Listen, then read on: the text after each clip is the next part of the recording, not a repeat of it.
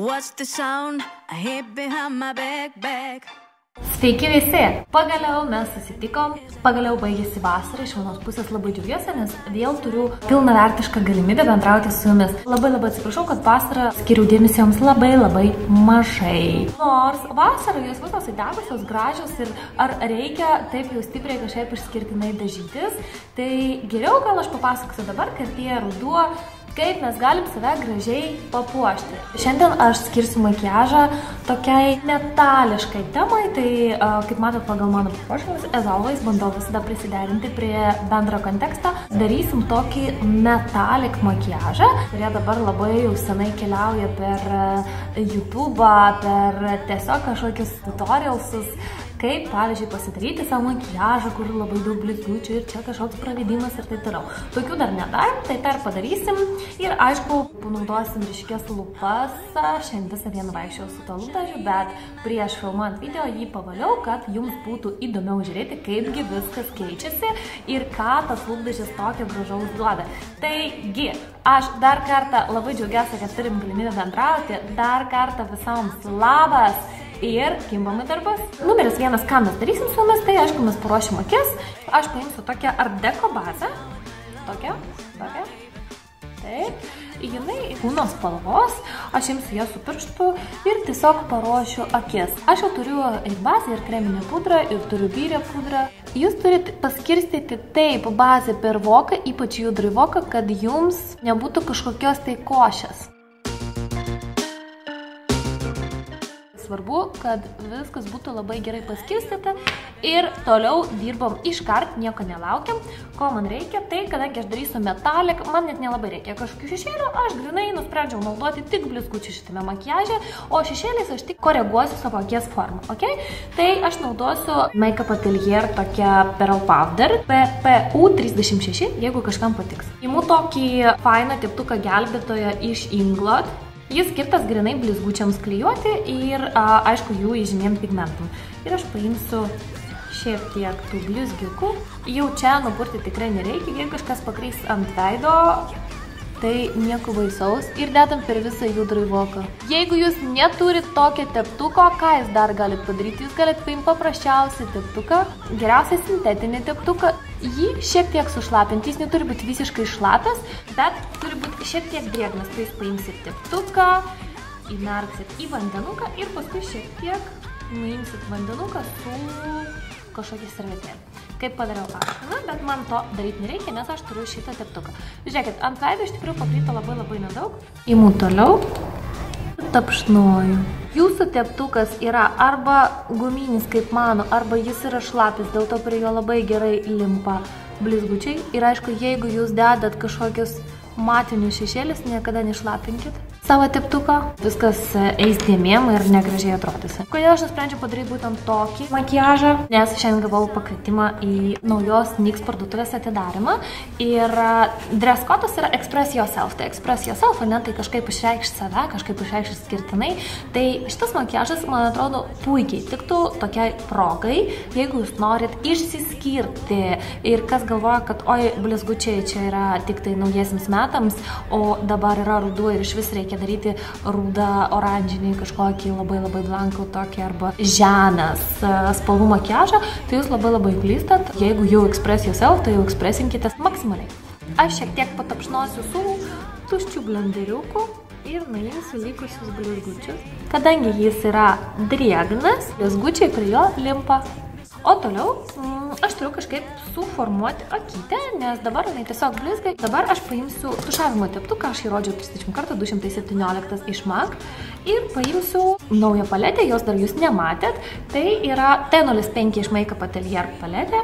Jinai tinka šiltiems metų laikų tipams arba toms, kas turi šiltą odą. Paimsiu iš čia tokią oranžinį, sumaišysiu su tokia rudesnė spalvytė. Visada pabandykime ant rankytės, kad visas intensyvumas liktų ant jos ir toliau jau dirbam. Ką mes darom? Mes darom klostę.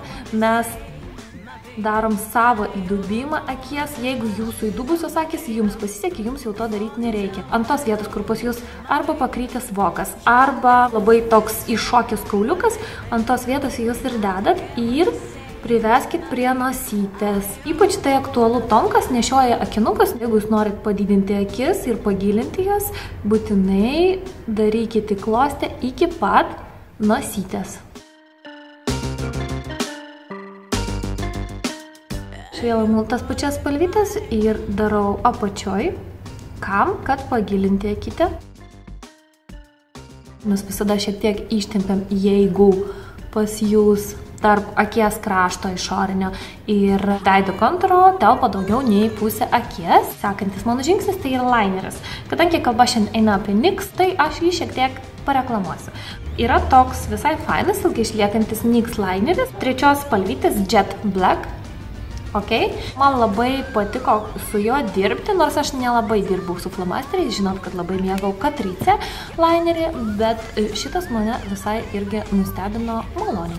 Tai labai jums rekomenduoju. Ir dabar mes padažysim savo blakstienų liniją. Tokius makiažus, kur naudojame vien blizgučiais, dažniausiai ir matėt būtent naudojant akies pravedimą, nes jis paryškina visą makiažą ir padidina akis. Ar pradėti pravedimą nuo pradžios ar nuo vidurio visiškai nesvarbu, kaip jums patogiau, bet aišku, jis turi atitikti akies formą ir čia jis turi būti plonesnis, storėti link išorinio kampo.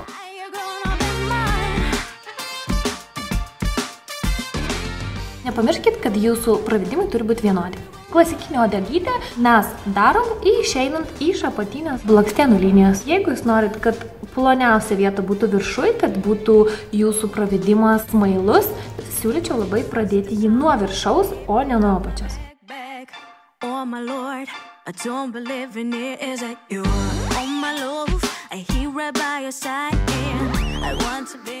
Jeigu jūs norit, kad jūsų apatinė dalis būtų gražesnė, griežtesnė linija ir labiau pabrėžtas tas visas pravedimas, tai siūlyčiau jums paimti antakį teptuką arba kažką panašaus, kaip pavyzdžiui tokį teptuką skirtą grinai linijom. Paimti konsileris arba vaškinę kreminę pudrą, pabandyti šiek tiek ant rankytės, jinai turi būti šiek tiek šviesesnė nei jūsų oda ir padaryti griežtą liniją apačioj po pravedimu. Taip jūs galėsit arba pakoreguoti, arba pabrėžti jūsų jau padarytą pravedimą. Ir ištušuojame apačią. Tai jeigu jūs kada nors matėte tokį tutorials ir galvojat, o jezau, čia įmanoma padaryti tik priklijavus kažkokią juostą, tikrai jūs galite tai padaryti ir tokiu būdu, kaip aš jums parodžiu. Kas sako, man yra pakrytęs vokas, man negalima naudoti pravedimų, aišku, jinai čia gali savo piešti, nes jai čia viską galima realiai. Mano yra irgi nemažai pakrytęs vokas, bet jeigu jūs protingai darysit būtent tam tikrų būdų išeinant lyg iš apatinio voko zonos po blakstienom, jums viskas labai gražiai atrodys. Tai nepergyvenkit ir tiesiog pabandykit.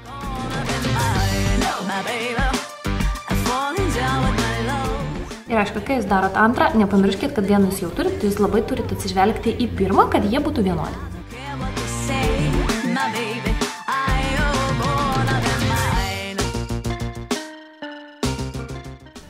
Ir šiek tiek ploninu iš apačios, palei tą, kurį jau padariau plonesnį.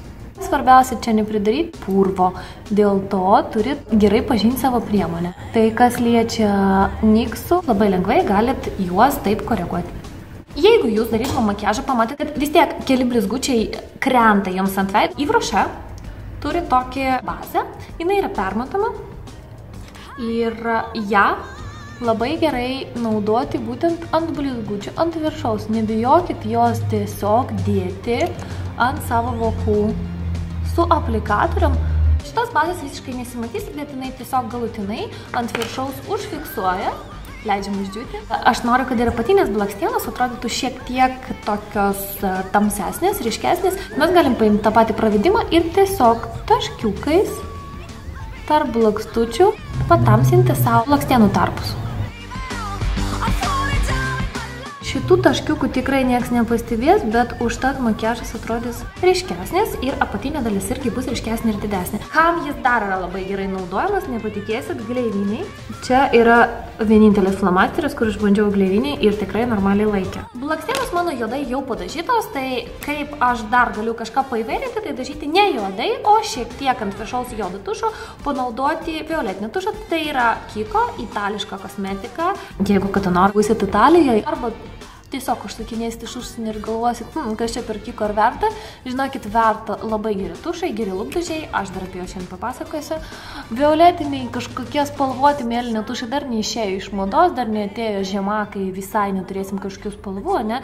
Dar šiek tiek mes turim ir šiltesnių orų ir saulytės ir dar nepakrito visi lapai, tai dėl to mes irgi dar galim būti ryškesniam. Jis tikrai nešviečia, kad jis kažkoks nerealiai violetinis ir panašiai, bet atrodo, žinokit, tikrai labai gerai. Nežinau, kiek perduos video, bet apskritai, kai žiūri save į veidrodį, man atrodo, kad mano blakstienos ir net laineris yra violetinis. Ką mes dar čia galim padaryti?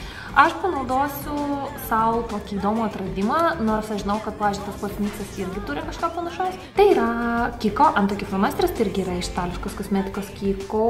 Labai rekomenduoju, tai yra numeris 2, man atrodo, 2, tai yra man. Jo. Ir aš noriu šiek tiek, jeigu paryškinti antakius, kas mums jau patinka, jūs galit su jo ne tik kažką ryškinti, jūs galit piešti su jo plaukelius, jeigu jūs, pavyzdžiui, jų nelabai turit. Tai yra superinė priemonė. Man žiauriai patiko, nustebino, nes šiaip antakiam aš flomasterių nenaudojau niekada. Gerai, aišku, man čia nelabai yra ką ryškinti, nes viskas ir taip jau paryškinta, bet tiesiog, kad žinotumėm, su ko aš tai dariau, tai net atsisakiau savo mėgstamiausią Inglot numeris 17 gėlio antakiams. Padariau savo šio sezono favoritų, būtent šitą priemonę. Kogi dar norėtųsi man ant veido? Aišku, norėtųsi šiek tiek skaistalų, kad pagyvinti veidą, tuo labiau, kad aš darysiu pakankamai ryškias lūpas ir irgi bus su rausvumu. Ir skaistalai irgi išnyks. Ką aš galiu apie juos pasakyti? Gavau juos dovanų ir labai džiaugiuosi, nes jie tik atrodo tokie intensyvūs, tokie rožiniai, o jie smarė tikrai gyvenime savo tokių nedėsiu, nes tikrai nenori būti barbė, bet jie tokie nėra ir kaip jūs matot, va, kiek aš savo pridėjau, kažkokios rožinės spalvos labai stipriai ant mano veido nėra. Dėl to, kad jie nėra stipriai pigmentuoti, drąsiai jūs galite naudoti kaip šiltos odos moterims, taip ir šaltos odos moterims, nors spalva yra tikrai šalta. Tai jeigu jūs nežinot, iš vis nenusimanot, kokia yra ta jūsų oda, jūs drąsiai galite pirkti. Tai yra numeriukas OB05. Toliau aš panaudosiu highlighterį, jo aš šiandien dar nenaudoju. Naudosiu highlighterį iš MAC Pro. Vėlgi gavau dovanų, aš šiandien tiesiog apdovanota. Jis irgi tinka kaip ir šiltom ar šaltom odom, nes šiaip pancakes, kurį naudojau anksčiau iš Make Up For Ever, jis daugiau tinka šaltai odai. Ir ant labai šiltos, pavyzdžiui, jeigu aš stipriai įdegu, tai jis man jau nelabai tinka, nes padaro mėlynumus ant mano skruostų. Gerai, ir mes uždedam visur į highlighterių vietas.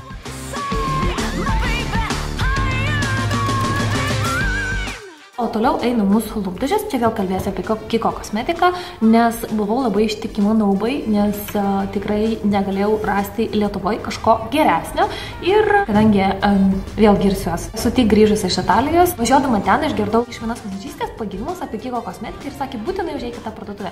Kai žiūrėjau tą parduotuvę, negalėjau atsižiūrėti į pardavėjas, nes jos visos buvo kaip nuo podiumo žengusios, visos labai gražios, labai gerai pasidažytos ir kaip aš dariau, aš tiesiog ėjau ir sakiau, o su ko padažytos jūsų lūpas? Ir man ėjo ir rodė ir sakė, va, čia nuo 5 ryto pasidažys, nors atrodo neilgai išliekantis, bet jis tikrai ilgai išlieka. Tai vienu žodžiu pripirkau viską, su ko jis ten buvo padažytos ir viską, aišku, ką pati dar norėjau išbandyti.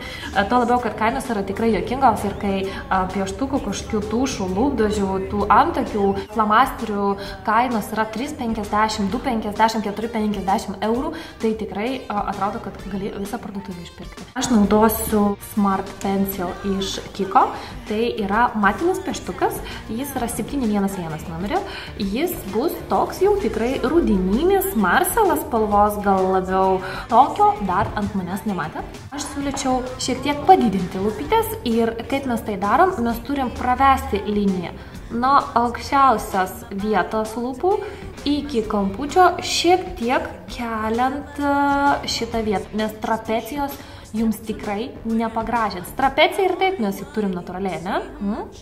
Matot, trapecija. Tai iš tikrųjų, jeigu pas mus grįž apitiksliai 20-ieji ir reikės būti tokiam trapeciniam, tai okei, aš tada dažysiuos kitaip. Bet kol kas man asmeniškai gražu būtent tai, nes tikrai visiškai aklai nepasikliaukit, mada svarbu yra jūsų, tik tai jūsų išskirtinis ir nuosavas stilius ir tai, kas jums patinka ir kokios jūs savo patinka. Patinkat jūs savo su trapecija? my baby. Are you gonna be mine?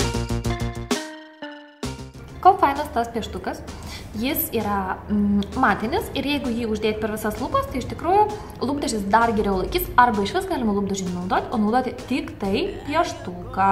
Galėsit praktiškai išbūti visą dieną vien tik su šito pieštuku, plus bus dabar taip madingos matinės lūpos. Skirtumą matot? Trapecija ir netrapecija. Man asmeniškai be trapecijos yra žymiai gražiau.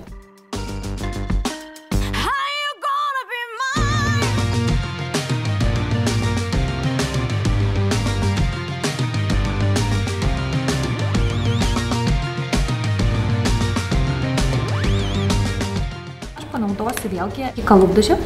Tai yra spalvytė 318 Velvet Passion linijos. Šiaip man labai vien tik pavadinimas jau patiko. Ir uždedant tiesiog paprastai. Labai senai savo nesinaudojau būtent tokiais išsukamais lūpdažiais be aplikatoriaus, bet man asmeniškai naudoti juos žymiai paprasčiau ir smagiau nei lūpdažiais aplikatorium, gal aš tiesiog pavargau. Iš žodžio Velvet linijos pavadinime jūs galite suprasti, kad aišku, lūpos bus matinės. Ir iš pradžių jos šiek tiek turi blizgysio, kol jos yra šlapios, kol ką tik uždėtos, o paskui jūs, kai pabūsit su juo kažkur gal 10 minučių, iš tikrųjų lūpdažis visiškai sustings, lūpos bus visiškai matinės. Kas man dar patinka šitam lūpdažį, kuo jūs norite intensyvesnę spalvytę, o daugiau sluoksnių uždėkit. Aišku, tada jis matinis bus šiek tiek vėliau, pavyzdžiui, po 15 minučių priklauso kiek sluoksnių, bet štat intensyvumas bus toks, kokį jūs norite. Man čia buvo keisti matyti save su kažko kitu, bet realiai nuo raudonų jau irgi tikriausiai pavargau, tai laikas kažką pakeisti. Ir rudeniui šita tokia grinai Marsala desertinio vyno spalva labai tinka. Ką aš dar padarysiu paskutinį dalyką, ką pamiršau, tai aš paimsiu tą patį highlighterį. Ir su plokščiu teptuku vos pabrėšiu savo zoną po antakiais.